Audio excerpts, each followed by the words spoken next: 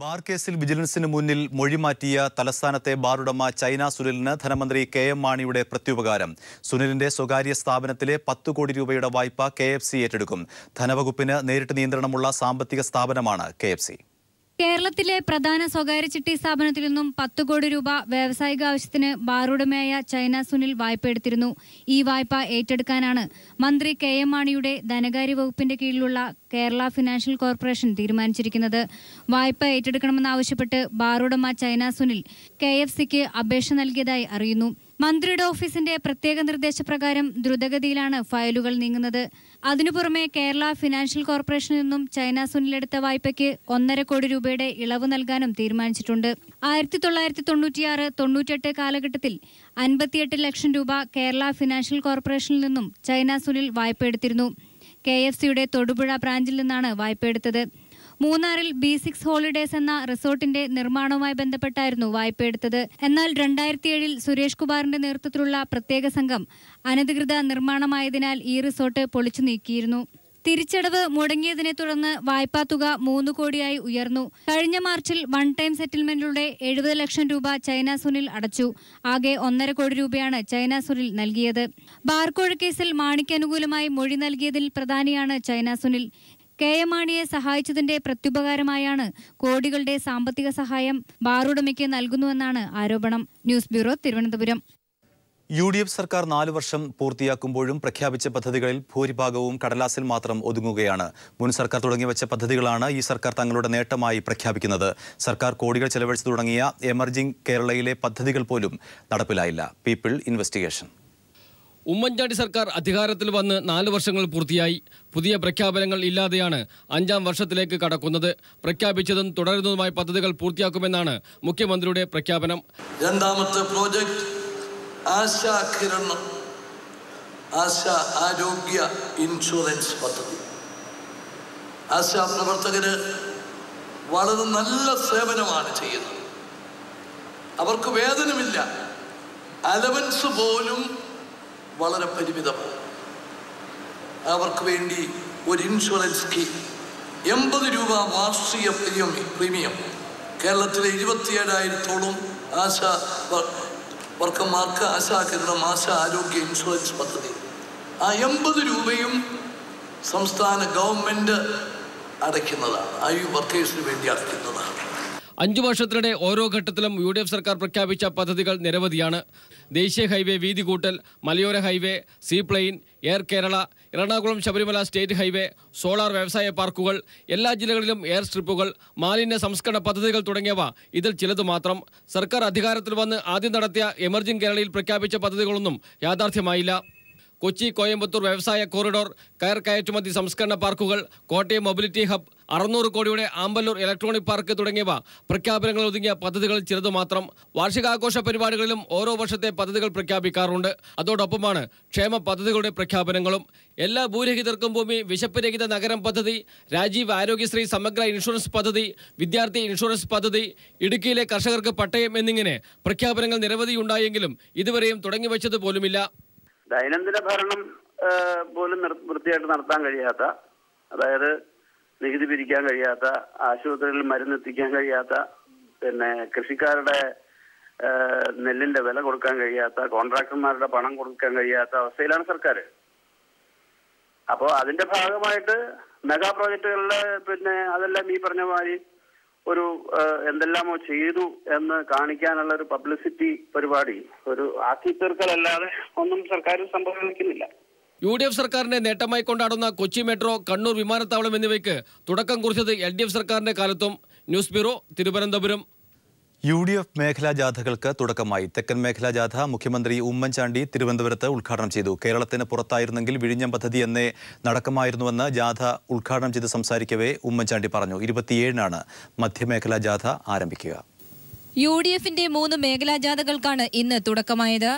NK Premachandran MP നയിക്കുന്ന തെക്കൻ മേഖലാ ജാഥയുടെ ഉദ്ഘാടനം മുഖ്യമന്ത്രി ഉമ്മൻചാണ്ടി തിരുവനന്തപുരത്ത് നിർവഹിച്ചു. മറ്റൊരു മുന്നണിക്കും എതിരായുള്ള ജാഥയല്ല ഇതെന്ന് മുഖ്യമന്ത്രി പറഞ്ഞു.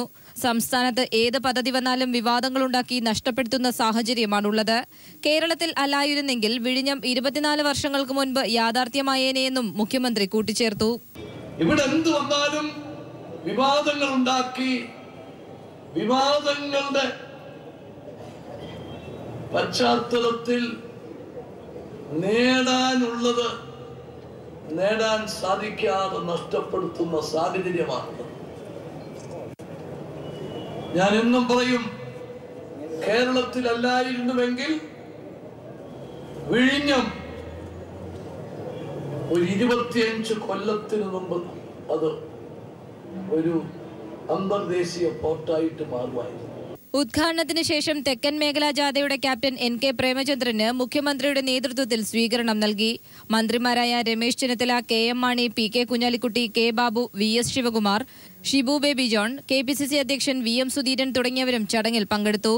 ജാഥ അംഗങ്ങൾക്കും സ്വീകരണം നൽകി. MM ഹസൻ നയിക്കുന്ന പാലക്കാട്, മലപ്പുറം ജില്ലകളെ ബന്ധിപ്പിക്കുന്ന ജാഥ മുസ്ലിം ലീഗ് സംസ്ഥാന പ്രസിഡന്റ് പാണക്കാട് ഹൈദരലി ശിഹാബ് തങ്ങൾ മലപ്പുറത്ത് ഉദ്ഘാടനം ചെയ്തു. കോഴിക്കോട്, വയനാട്, കണ്ണൂർ, കാസർഗോഡ് ജില്ലകളിൽ പര്യടനം നടത്തുന്ന KP മജീദ് നയിക്കുന്ന ജാഥ MP വീരേന്ദ്രകുമാറാണ് ഉദ്ഘാടനം ചെയ്തത്. മധ്യമേഖലാ ജാഥ 27-ന് എറണാകുളത്ത് നിന്നേ ആരംഭിക്കൂ. വിവാദങ്ങൾക്ക് താൽക്കാലിക വെടിനിർത്തൽ പ്രഖ്യാപിച്ചാണ് ജാഥകൾക്ക് സംസ്ഥാനത്ത് തുടക്കമായിരിക്കുന്നത്. News bureau, Thiruvananthapuram. UDF-നെതിരെ പരിഹാസവുമായി MP വീരേന്ദ്രകുമാർ. UDF വടക്കൻ മേഖലാ ജാഥ ഉദ്ഘാടനം ചെയ്യാനും മാത്രം വലിയ ആളാണ് താനെന്ന് അറിഞ്ഞിരുന്നില്ലെന്ന് ജാഥ ഉദ്ഘാടനം ചെയ്തുകൊണ്ട് MP വീരേന്ദ്രകുമാർ പരിഹസിച്ചു. UDF സർക്കാരിന്റെ 4 വർഷത്തെ നേട്ടങ്ങൾ ജനങ്ങളിൽ എത്തിക്കാൻ സാധിച്ചില്ല എന്ന വിമർശനവും വീരേന്ദ്രകുമാർ ഉയർത്തി. ഒട്ടേറെ അനിശ്ചിതത്വങ്ങൾക്ക് നടുവിലായിരുന്നു UDF മേഖലാ ജാഥകൾ. അനിശ്ചിതത്വങ്ങൾക്കും വിമർശനങ്ങൾക്കും വിരാമമിടാനാണ് UDF മേഖലാ ജാഥ ധൃതി പിടിച്ച് ഇന്ന് കോഴിക്കോട് ഉദ്ഘാടനം ചെയ്യണമെന്ന് തീരുമാനിച്ചത്. 4 വർഷം UDF മുന്നണിയിലുണ്ടായിട്ടും വേണ്ട പരിഗണന ലഭിച്ചിട്ടില്ല എന്ന് ജനതാദൾ യുണൈറ്റഡ് സംസ്ഥാന പ്രസിഡന്റ് MP വീരേന്ദ്രകുമാർ പറഞ്ഞിട്ട് ദിവസങ്ങളേറെയായില്ല. JDU ഉന്നയിച്ചത് ഗുരുതര ആരോപണങ്ങളാണെന്ന ബോധവും കോൺഗ്രസ് നേതൃത്വത്തിനുണ്ടായത് വൈകിയാണ്. മാറിയ രാഷ്ട്രീയ പരിതസ്ഥിതികൾ ചർച്ച ചെയ്ത് ഇനി മുന്നോട്ട് പോകാനാകൂ എന്ന് പറഞ്ഞ JDU-വിനെ പിണക്കാതിരിക്കാനുള്ള തന്ത്രങ്ങൾ പയറ്റുകയാണ് കോൺഗ്രസ്. അതിന്റെ ഒടുവിലത്തെ ഉദാഹരണമാണ് UDF സംഘടിപ്പിക്കുന്ന വടക്കൻ മേഖലാ ജാഥയുടെ ഉദ്ഘാടകനായി JDU സംസ്ഥാന അധ്യക്ഷൻ MP വീരേന്ദ്രകുമാറിനെ തീരുമാനിച്ചത്. മുസ്ലിം ലീഗ് സംസ്ഥാന സെക്രട്ടറി KPM മജീദ് ജാഥ ക്യാപ്റ്റനായ വടക്കൻ മേഖലാ ജാഥയുടെ ഉദ്ഘാടകൻ താനാണെന്ന് അറിയുന്നത് പോലും ഇന്ന് രാവിലെയാണെന്ന് വീരേന്ദ്രകുമാർ കോഴിക്കോട്ട് പറഞ്ഞു. ഈ മേഖലാ ജാഥയെ ഉദ്ഘാടനം ചെയ്യാൻ അതിനെപ്പറ്റി പറഞ്ഞിരുന്നു. ഞാൻ ഇത്ര വലിയ ആളാണെന്ന് എനിക്ക് അറിഞ്ഞിരുന്നില്ല. വീരേന്ദ്രകുമാർ ഉദ്ഘാടനം ചെയ്യോ? എന്നെ ഉദ്ഘാടനം ചെയ്യാൻ ക്ഷണിച്ചത് എൻ്റെ പാർട്ടിയോടും എന്നോടും കാണിച്ച മാന്യതയല്ലേ? അതിന് ഞാൻ നന്ദി പറയട്ടെ. ഇന്ന് രാവിലെ വീട്ടിൽ കുറേ ആളുകൾ വന്നു. നിങ്ങൾ ഉദ്ഘാടനം ചെയ്യുക. തീർച്ചയായിട്ടും ചെയ്യില്ല പറഞ്ഞിട്ടൊന്നുമില്ലല്ലോ. UDF-ന്റെ മേഖലാ ജാഥകളിൽ JDU-ന് ക്യാപ്റ്റൻ സ്ഥാനം നൽകാത്തതിനെതിരെ വീരേന്ദ്രകുമാർ പരസ്യമായി പ്രതിഷേധിച്ചിരുന്നു. 4 വർഷത്തെ ഭരണ നേട്ടങ്ങൾ ജനങ്ങളിൽ എത്തിക്കുന്നതിൽ സർക്കാർ പരാജയപ്പെട്ടെന്ന വിമർശനവും വീരേന്ദ്രകുമാർ നടത്തി. Alex, news bureau, Kozhikode. Kerala സർക്കാർ അഴിമതിയിൽ മുങ്ങിക്കുളിച്ചിരിക്കുകയാണെന്ന് BJP ദേശീയ അധ്യക്ഷൻ അമിത് ഷാ. തിരുവനന്തപുരത്ത് BJP-യുടെ സെക്രട്ടേറിയറ്റ് ഉപരോധം ഉദ്ഘാടനം ചെയ്ത് സംസാരിക്കുകയായിരുന്നു അദ്ദേഹം. UDF സർക്കാരിനെ രൂക്ഷമായ ഭാഷയിൽ വിമർശിച്ചാണ് BJP ദേശീയ അധ്യക്ഷൻ അമിത് ഷാ സെക്രട്ടേറിയറ്റ് ഉപരോധ സമരത്തെ അഭിസംബോധന ചെയ്തത്. സർക്കാർ അഴിമതിയിൽ മുങ്ങിക്കുളിച്ചെന്ന് അദ്ദേഹം ആരോപിച്ചു.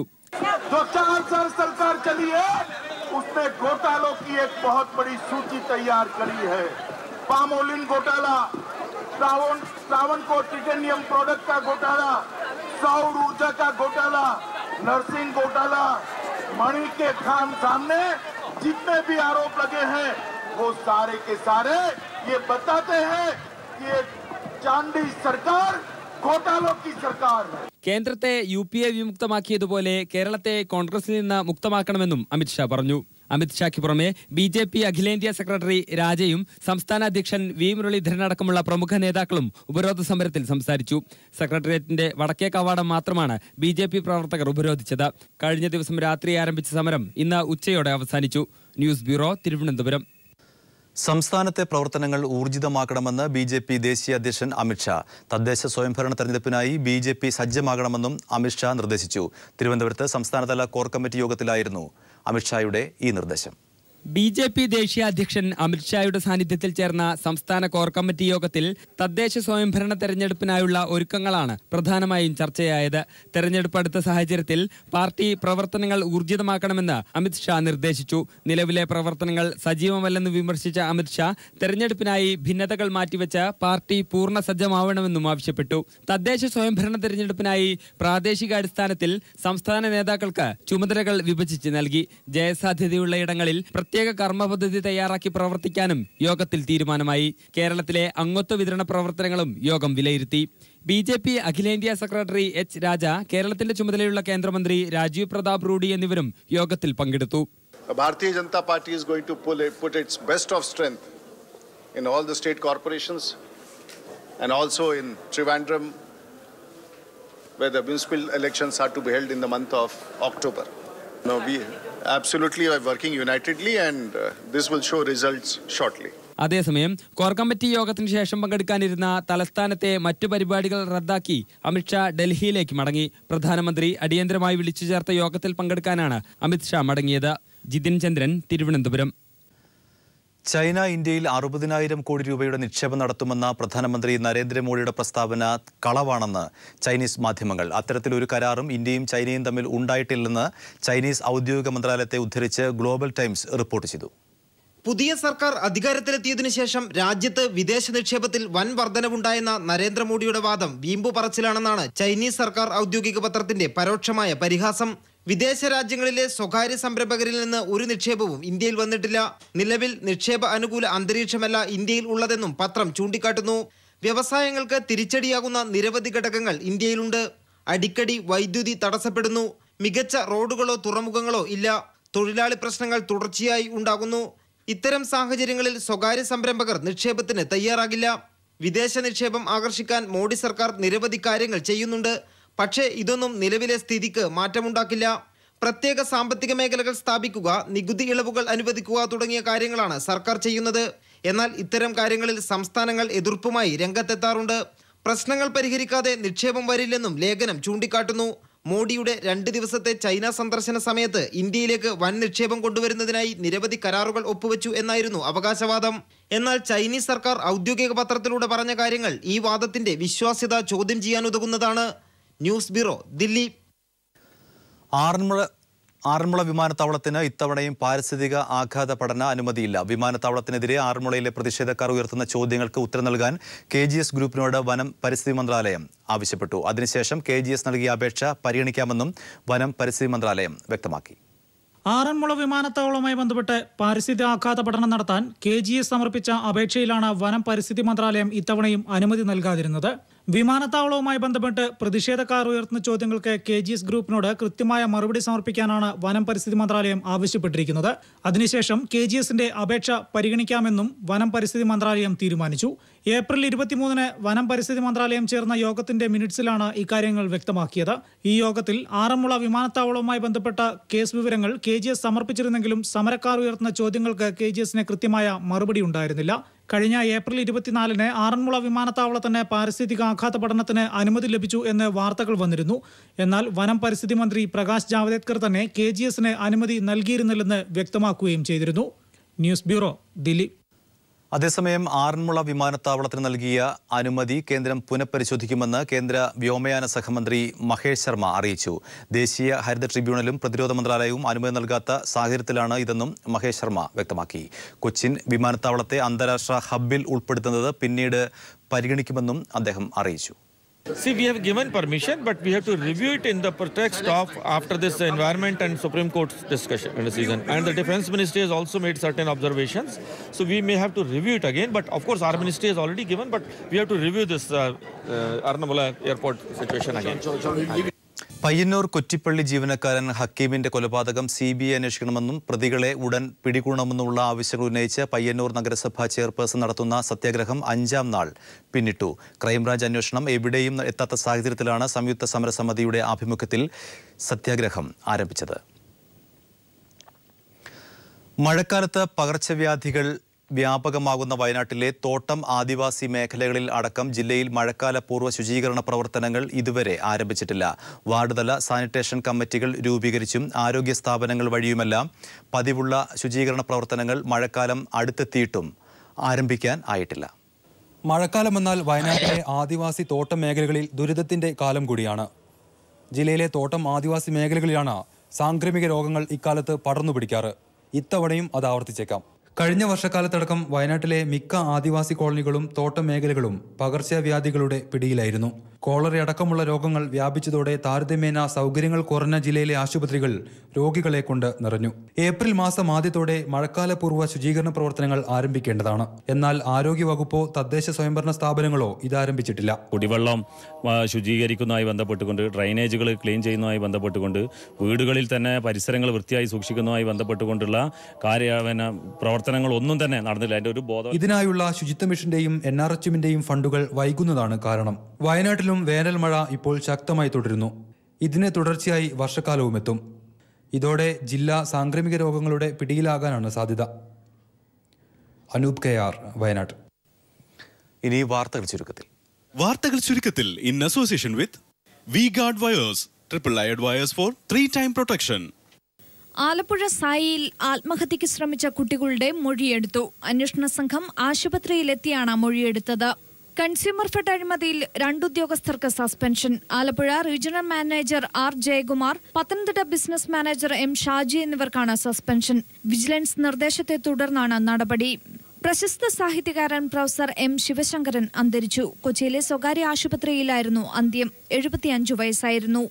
മണ്ണാർക്കാട് MES കോളേജിൽ വിദ്യാർത്ഥികളെ റാഗ് ചെയ്ത കേസിൽ 4 പേരെ പോലീസ് അറസ്റ്റ് ചെയ്തു. സോഷ്യൽ മീഡിയയിൽ സജീവമാകുന്നതിന്റെ ഭാഗമായി ആഭ്യന്തരമന്ത്രി രമേശ് ചെന്നിത്തല ബ്ലോഗ് എഴുത്ത് തുടങ്ങുന്നു. പൊതുജനങ്ങളോടുള്ള ആശയവിനിമയം ശക്തമാക്കുന്നതിനായാണ് രമേശ് ചെന്നിത്തലയുടെ ബ്ലോഗ് എഴുത്ത്.